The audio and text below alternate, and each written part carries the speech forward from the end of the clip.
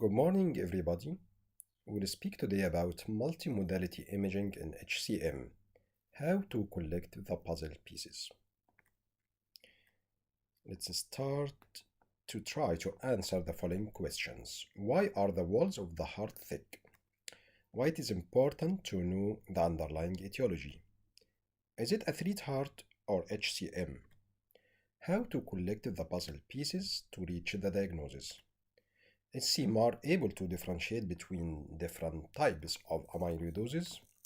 Finally, what is the diagnostic key for each individual disease?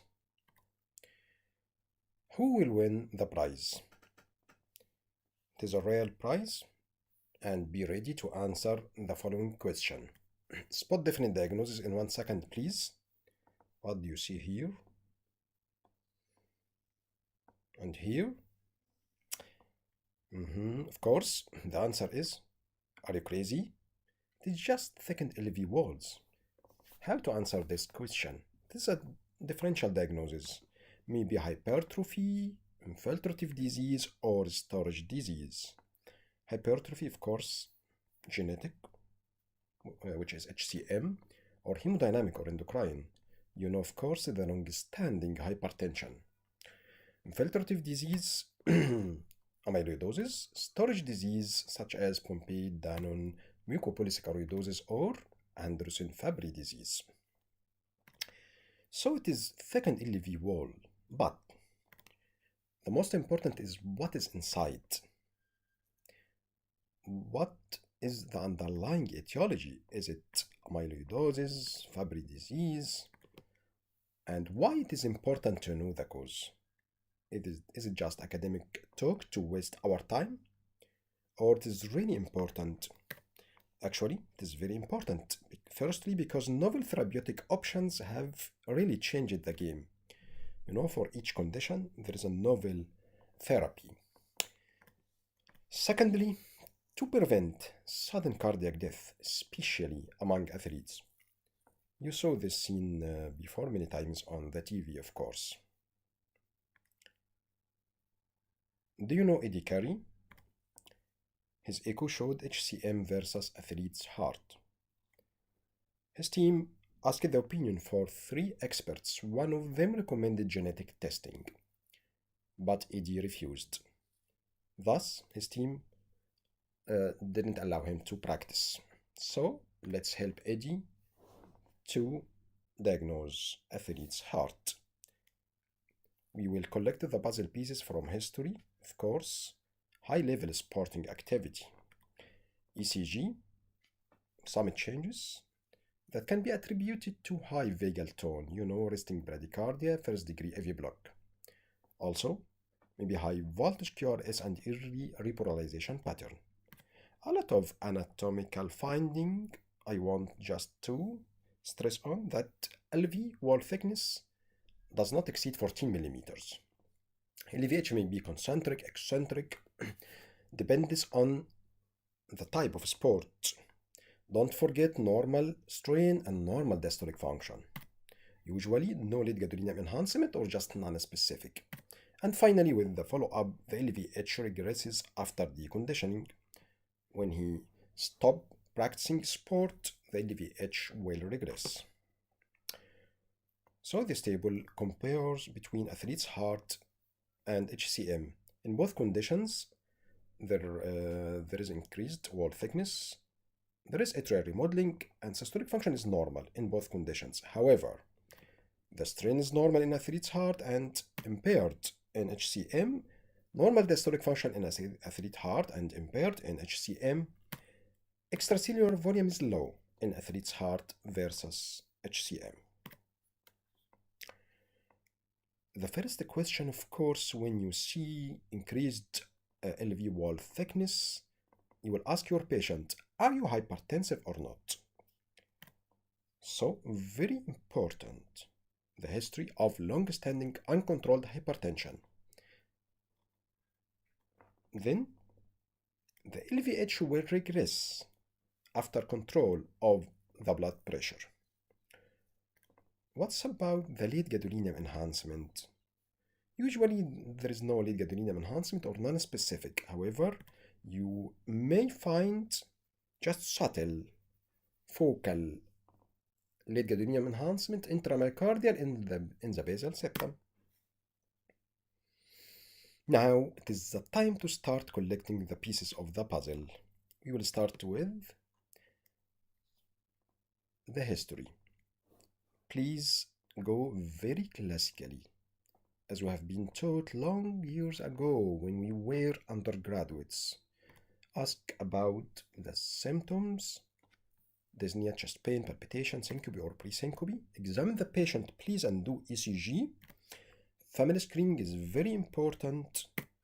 Then going to the imaging to reach the diagnosis of HCM phenotype. Can ECG help to know the underlying specific disease? As you see this table from the latest European guidelines, you will find that some finding may point toward a specific underlying disease, but nothing is diagnostic actually, to be honest. However, if you found low voltage ECG in spite of increased LV wall thickness, this is in keeping with ATTR amyloidosis. Pseudoinfarction pattern is in keeping with AL amyloidosis. Now we have clinical suspicion of HCM. Go to multi-modality imaging, starting with echocardiography, which will assess the ventricular function, degree of hypertrophy, and CMR also is able to answer those questions. However, CMR has the ability of tissue characterization through different sequences. If you're suspecting amyloidosis, do bone scintigraphy. Lab also is one of the puzzle pieces. There are first level laboratory tests that should be done in every case of HCM phenotype. If you suspect a specific underlying etiology, do the second level lab. Let's start with Anderson-Fabry disease. Start very classically looking to extracardiac red flags.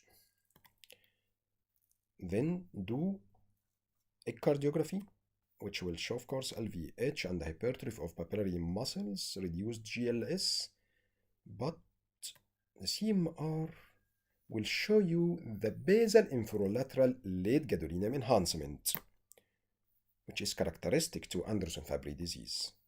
It's present in 50% of cases. It's usually mid-wall or subepicardial. Low native T1 and reduced extracellular volume. Don't forget that Anderson-Fabry disease is underdiagnosed. It's prevalent in dialysis patients. What's about cardiac amyloidosis? This nice slide from the latest European guidelines collected all the puzzle pieces in one slide.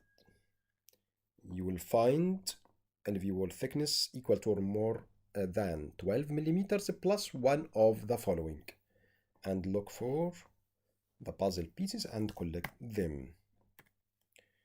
Don't forget, please, the bilateral carpal tunnel syndrome. Then going to one of the keys of diagnosis of amyloidosis, which is reduced longitudinal strain with apical sparing, which gives us the cherry on top appearance.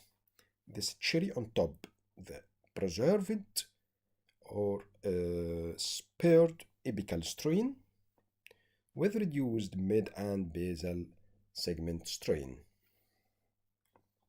It is one of the echo red flag findings, by the way. What can CMR add to diagnosis? You will find restrictive LV pattern, and when you do the late gadolinium enhancement, of course, we acquire a specific sequence which is called Luck-Luckar images. Unfortunately, myocardial nulling difficult to achieve on late gadolinium enhancement. It's difficult to null the myocardium, difficult to make the myocardium black. And you may find global subendocardial late gadolinium enhancement. And don't forget the atrial septal hypertrophy. The thickness is more than 6 millimeters. We asked ourselves in the beginning of this talk, HCM are able to differentiate between AL amyloidosis versus ATTR amyloidosis? Yeah, it can. By measuring the LV mass, the septum thickness, the late gadolinium enhancement, which is usually less extensive in AL amyloidosis, and we can quantify it actually by this score. And assessing the native T1 and measuring the extracellular volume. Okay, this patient, 68 years old, the technician tried to acquire the looker sequence, but unfortunately, he couldn't null the myocardium. Where is the nice black myocardium and the nice white blood pool to see the late gadolinium enhancement? Actually, he couldn't. And if you could acquire the late gadolinium enhancement sequence, you will find global subendocardial late gadolinium enhancement. And of course, this is not in keeping with ischemic heart disease. Native T1 is really elevated. Extracellular volume is really elevated. And poor nulling of the myocardium and maybe patchy enhancement also. So now we have signs, symptoms, ECG, echo, and CMR features suggestive of cardiac amyloidosis. Do bone scintigraphy and hematologic tests to collect the whole puzzle pieces. Scintigraphy will grade the amyloidosis and also confirm the diagnosis. So, going to grade 0, grade 1, grade 2, grade 3. In grade 0, no cardiac uptake and normal bone uptake. Grade 1, cardiac uptake, which is less intensive than bone signal. Grade 2, cardiac uptake with intensity similar or greater than bone signal. And finally, grade 3, the cardiac uptake with much attenuated or absent bone signal. Of course, grade 2 or more is considered significant. Massiera in his manuscript included the cardiac sarcoidosis as one of the differential diagnoses of LVH. So, of course, you will collect the whole puzzle by extracardiac, by history, but in our talk today, we want to concentrate on the imaging. So, the spotty enhancement in the regions of wall motion abnormalities. This is characteristic for sarcoidosis. And note that this late gadolinium enhancement not in a coronary artery territory distribution. Another important feature, which is thinning of the basal interventricular septum. Now we excluded all causes of LVH. It's the time now to go to HCM. What are the criteria? Wall thickness more than 15 millimeters or more than 13 millimeters in familial HCM. In African American and Black, usually the thickness more than 20 millimeters in absence of other causes.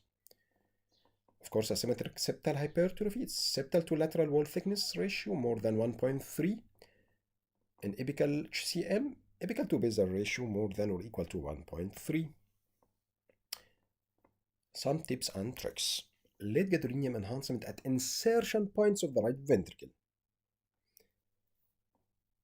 some tips suggestive of HCM if you found localized hypertrophy or reduce the contraction of hypertrophied segments. This can be measured by tagging or strain, and late gadolinium enhancement in hypertrophied segments also.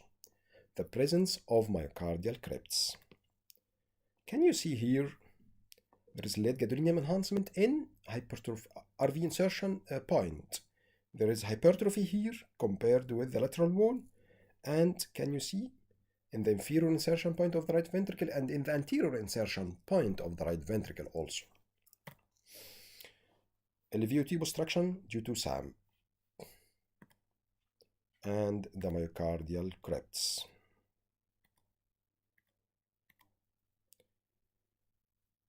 What is the role of native T1 in differentiating different pathologies? Can you see Anderson Fabry here is low native T1, HCM is more, and amyloidosis, you will find significantly elevated native T1. Finally, what are the diagnostic keys to solve the puzzle? Let's go one by one. If you found posterolateral late gadolinium enhancement and low native T1, the most probably it is Anderson Fabry's disease. If you found diffuse subendocardial late gadolinium enhancement, difficult of nulling of the myocardium, high native T1 and elevated extracellular volume, it's most probably, yes, amyloidosis.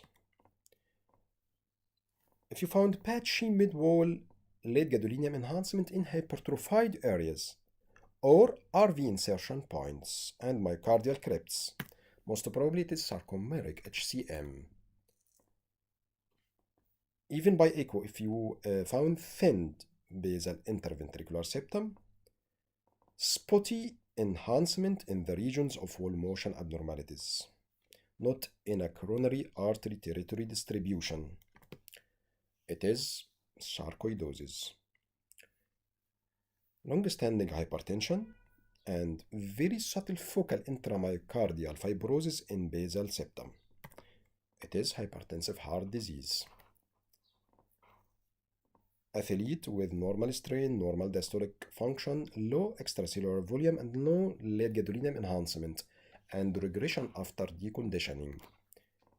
It is athlete's heart. So, those are the diagnostic keys based on the imaging. Back to our question. 53-year-old gentleman, no family history of HCM. So, there is increased LV wall thickness in the parasternal long axis, and you will find here aliasing due to mid-cavity obstruction, gradient 100 millimeters of mercury, and no cherry on top appearance in the strain images.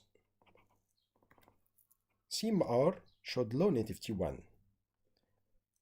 Genetic testing and laboratory testing were in keeping with Fabry's disease. Myectomy was performed due to markedly increased gradient, and the histopathology confirmed the diagnosis of Fabry's disease. Fortunately, I won the prize. If you need more details, I recommend the following references. American Society of Echo actually presented a micro lessons on HCM, and the case we presented here in our talk are from those micro lessons. Latest guidelines and this nice manuscript. And thank you.